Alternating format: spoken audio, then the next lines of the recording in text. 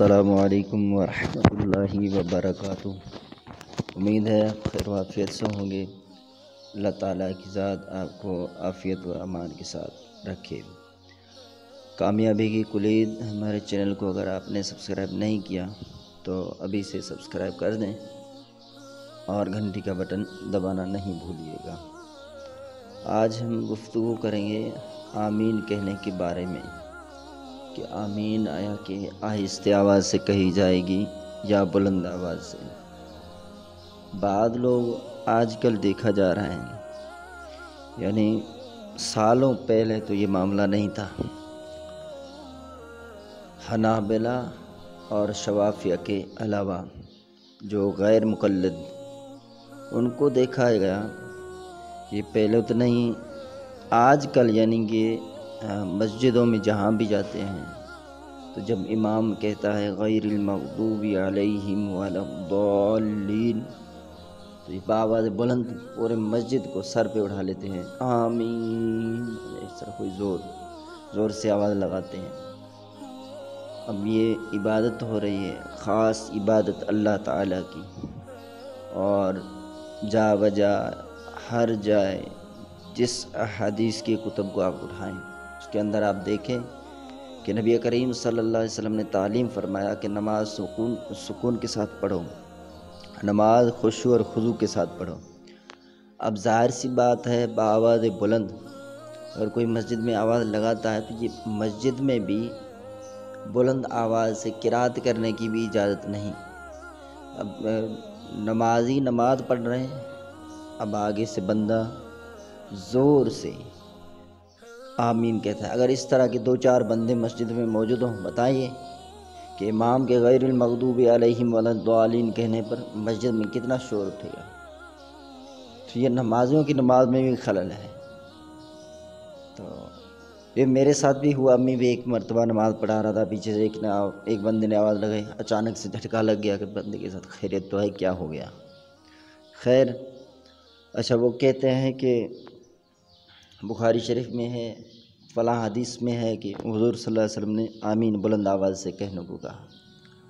حالانکہ وہ حدیثیں پہلے کی ہیں، بعد کی نہیں ہیں۔ بعد کی روایات دیکھیں، جیسے کہ امام نسائی علیہ رحمہ سنن نسائی کے اندر روایت لے کے آئے ہیں، بلکہ امام نسائی علیہ رحمہ نے اس پر بالکل ایک باب باندھی ہے، باب قائم کیا ہے، باب الامر بالتامین خلف الامامی، یعنی باب امام کے پیچھے موجود شخص کو آمین کہنے کا حکم۔ یہ روایت نمبر 928 عن ابی ہریرہ رضی اللہ عنہ ان رسول اللہ صلی اللہ علیہ وسلم قال اذا قال الامام غیر المغضوب علیہم ولا الضالین فقولوا آمین فإنه موافق قوله قول الملائکۃ غفر له ما تقدم من ذنبہ۔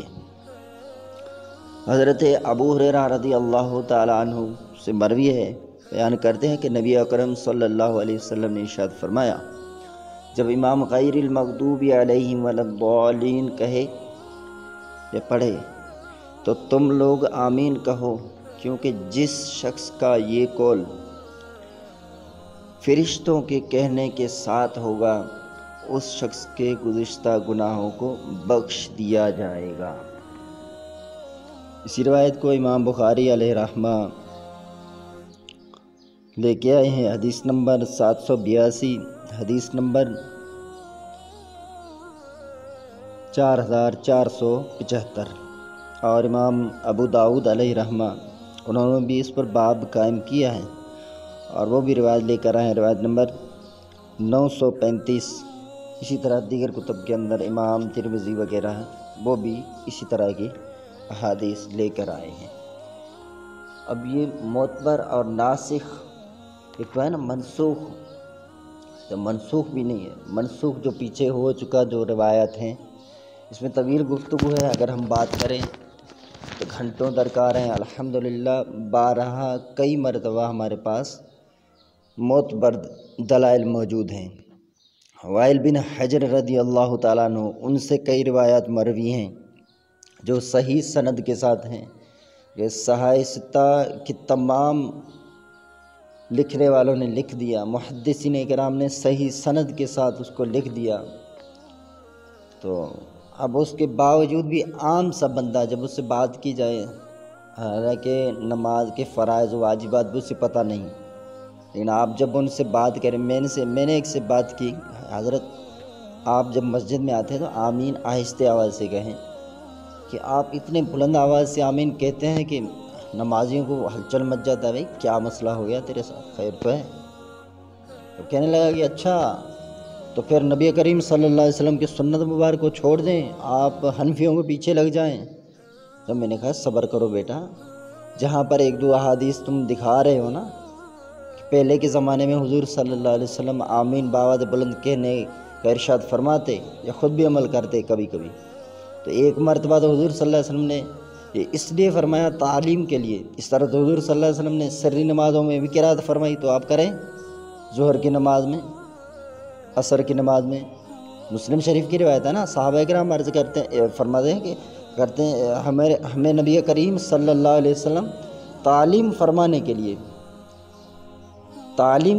کے لیے کبھی کبھی آیات مبارکہ 15 سے 30 تک حضور صلی اللہ علیہ وسلم باواد بلند پڑھا دیا کرتے تھے تعلیم کے لیے۔ تو اسی طرح حضور صلی اللہ علیہ وسلم نے آمین ایک دو جگہ پر اگر ارشاد فرمایا تو یہ بھی اسی پر ہی معمول ہے۔ اس کی تعویل یہی ہے کہ حضور صلی اللہ علیہ وسلم نے یہ کیوں ارشاد فرمایا، اس لیے کہ باواد بلند آمین کہا کہ دوسرے سیکھیں آمین اس طرح کہا جاتا ہے، یا سورہ فاتحہ کے بعد آمین یوں کہ اب حضور صلی اللہ علیہ وسلم پڑھ کے نہ سناتے کہ آمین یوں کہا جاتا ہے۔ بتاؤ جب حضور صلی اللہ علیہ وسلم نے ارشاد فرماتے کہ تامین نماز کے درمیان میں ایک دعا ہے وہ تامین کہتے ہیں، اب بتاؤ وہ کیا ہے؟ حضور صلی اللہ علیہ وسلم نے کر کے دکھایا نا۔ حج کے بارے میں قرآن مجید کے اندر ذکر آیا تو حضور صلی اللہ علیہ وسلم نے کر کے دکھایا نا۔